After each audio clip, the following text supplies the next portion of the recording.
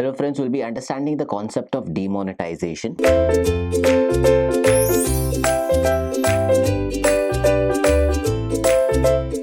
Demonetization, as you know, has been a major impact to the Indian economy, or rather it has been one of the best thing that has been done just to avoid, or rather just to make sure that the mark of corruption that was there in the country, or rather a little bit has been done to remove or rather eradicate the corruption in the industry, or rather in our Indian economy here. Now how exactly this has been done is something that we are going to define for you right now.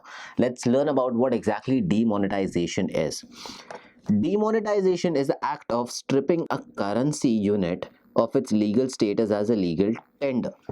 So basically, if for example, I say that 500 note is no more available or rather no more workable in Indian economy, that means no matter whatever notes you have of those 500s from this specific day, these notes will not be legally served for any kind of services. So if at all you have these notes, you can go ahead and exchange them.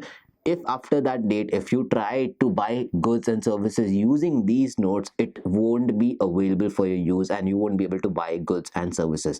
That basically means that you're stripping off the legal status of the currency from it.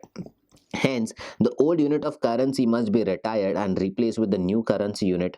On 8th November 2016, PM Narendra Modi announced the demonetization of 500 and 1000 notes with effect from the next day itself.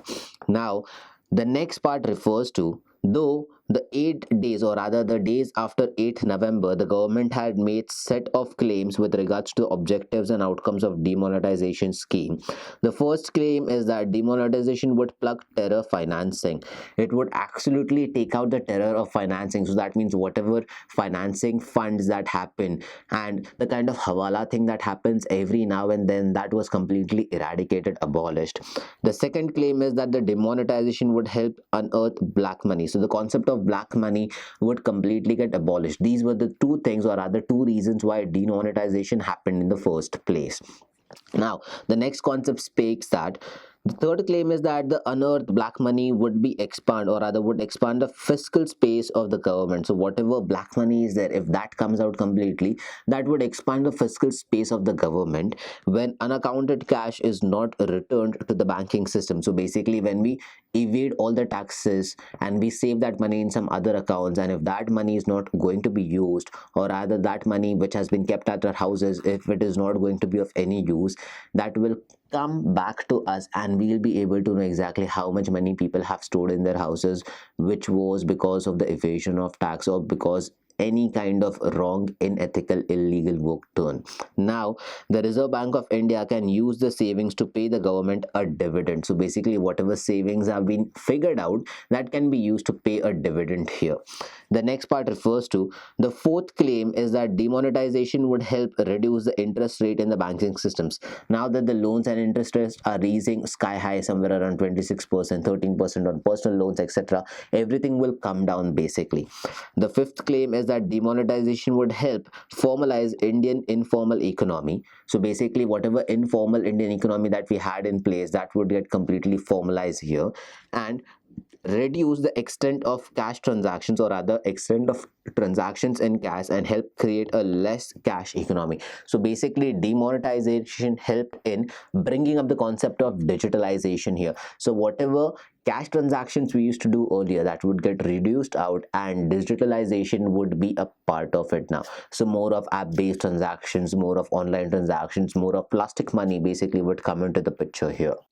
The next part refers to, or rather the last part of demonetization refers to, a number of incentives have been offered to induce people to use digitalized transactions, or rather, we know that if we Google Pay something, we get certain discounts, we get certain cashbacks. All of these incentives were given up, or rather it were brought up to just make sure that people use digitalization as a part of their daily life, as a part of their daily transactions, rather than using cash in the economy here.